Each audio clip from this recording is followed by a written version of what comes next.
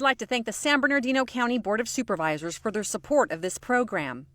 Welcome to San Bernardino County News Now, your source for the biggest stories happening in the nation's largest county. I'm Martha Guzman Hurtado. Let's get started.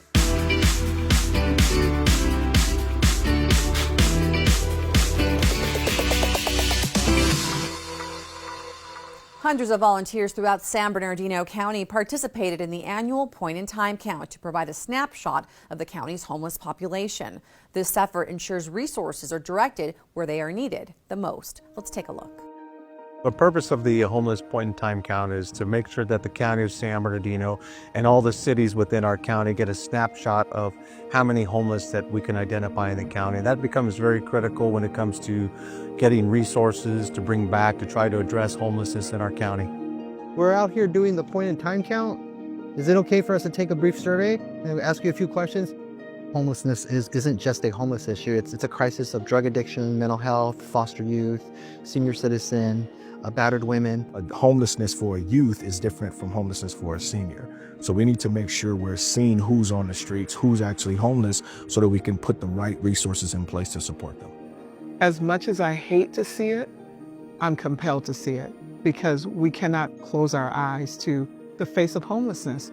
We saw some really tough stories out there this morning. The one that stood out to me was young lady, she was my daughter's age. I couldn't imagine my daughter being in her shoes. You could tell she was desperate for help. She just didn't know how to get it. Over 600 volunteers are across the county today working on this effort. And then our teams at Community Development and Office of Homeless Services will be working for the next several months to comb through the data. We ask information about their demographics, about their life circumstances, and so it gives us rich data to help us drive our policy decisions. Some of the areas that we went to were mainly shopping centers or commercial areas. Most members of the community, they were very friendly. They were willing to answer questions. We also had some supplies to donate to them. San Bernardino County did an amazing job this year. They provided a lot of great things for them in their bags that they get. This year they got a hygiene kit like they normally do, but they got the socks, the beanie, the gloves.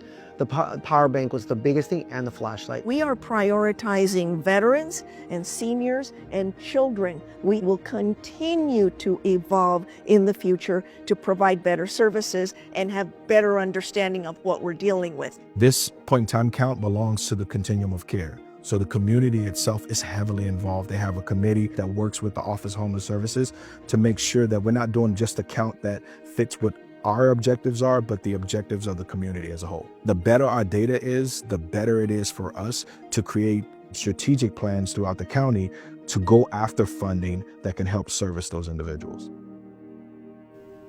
The results of the count will be announced later this year. This data is essential for securing federal assistance to address homelessness in San Bernardino County.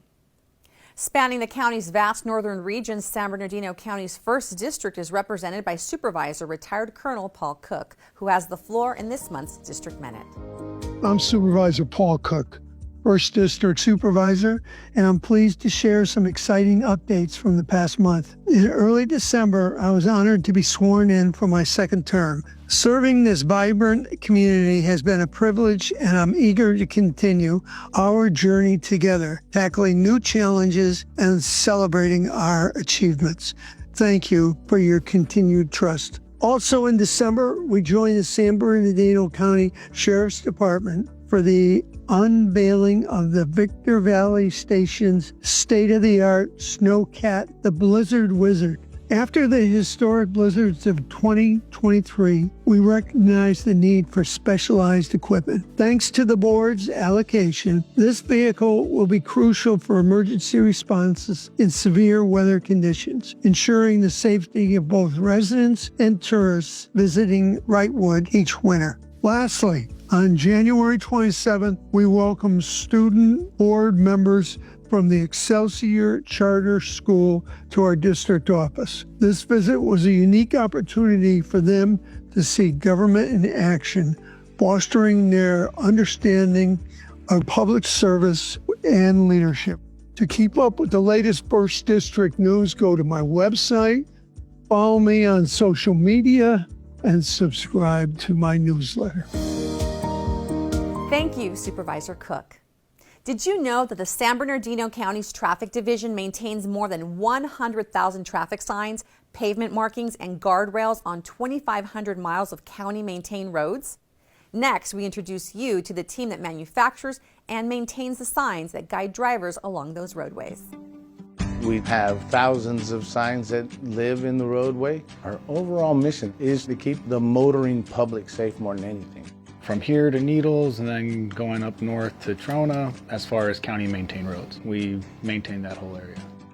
We manufacture 4 different types of signs. There's guide signs that are street name signs. There's also construction signs, warning signs, also regulatory signs, which regulate stuff like speed limits. We start with the Flexi design program on the computer. Then we transfer the design onto a material, and then we transfer that material to an aluminum blank. The last step is we put this protective covering 1160 over the sign. Out in the desert, when the sun's beating on a sign, it prolongs the sign. If someone tags the sign with graffiti, it allows us to wipe the graffiti off and it's not going to damage the sign.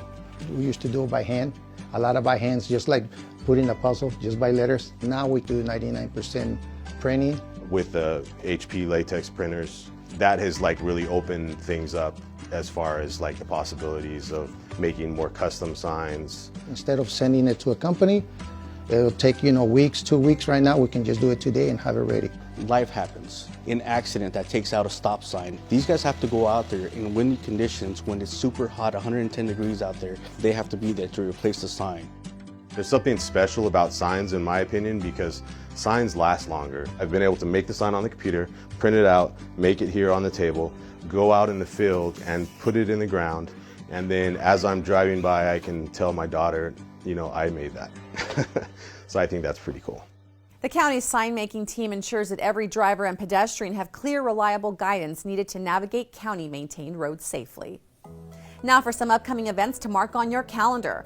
Cosmic Nights is back at the San Bernardino County Museum Saturday, February 8th. Come explore the night skies with the San Bernardino Valley Amateur Astronomers. Regular museum admission applies. Looking to get married on Valentine's Day? The San Bernardino County Assessor Recorder County Clerk's Office will be hosting their annual Valentine's Day Weddings event on Friday, February 14th from 8 a.m. to 5 p.m. Please visit their website at arc.sbcounty.gov to learn more. And on February 15th and 16th, head out to Calico Ghost Town for California Days. This family-friendly event will celebrate the people and culture of early California by hosting family activities, gunfight shows, and educational displays on California history. That's it for this edition of San Bernardino County News Now. You can watch this video and read more county news by visiting the newsroom section at sbcounty.gov. I'm Martha Guzman Hurtado. Until next time.